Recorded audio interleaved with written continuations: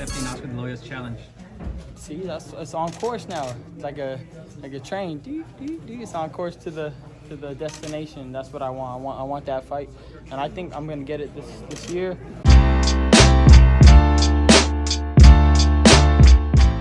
Yesterday, Golden Boy promoter Oscar De La Hoya called out Tank Davis to make the Ryan Garcia fight.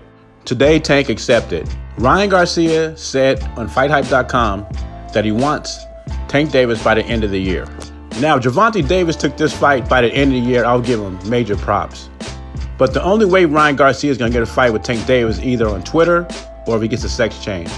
But you will say, Jay, Gervonta Davis accepted the challenge. Of course he accepted the challenge because Mayweather's not going to let him fight Ryan Garcia. A couple of years ago, I thought Gervonta Davis would run all over Ryan Garcia. But Ryan Garcia vastly improved.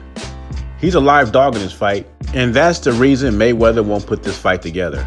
He don't want any risk for Gervonta Ike Turner Davis. Even though he would be an underdog in this fight, Garcia wants to fight the best. He called out Devin Haney, Gervonta Davis, and out of all the young fighters, Ryan Garcia has the best chance to be the superstar because of his popularity. He has 5 million people following him on Instagram.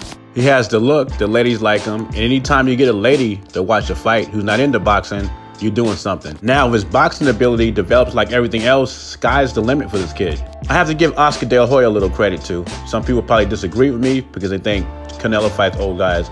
But I think Canelo fights the best opponents out there, and he's doing the same thing with Ryan Garcia. Oscar De La Hoya's put his fighters at risk.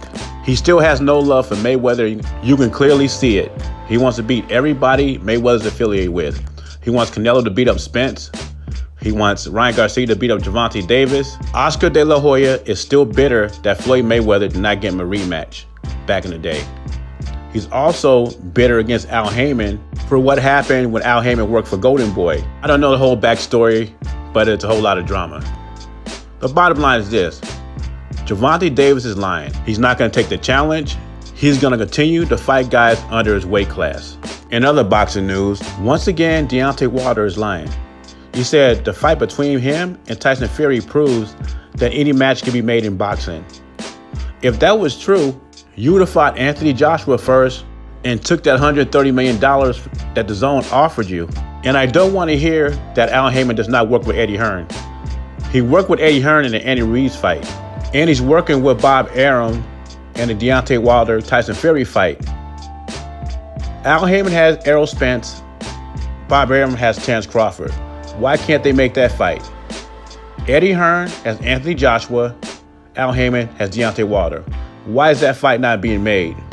I'll tell you why. Because Bob Arum, Eddie Hearn, Golden Boy, promoters like that are willing to put their fighters in risky fights. The PBC does not like working with others.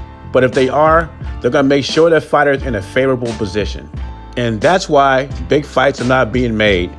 PBC does not take a risk. They rather duck. Leave your thoughts and comments below. Jay Beezy. Subscribe to the channel. I'm gone.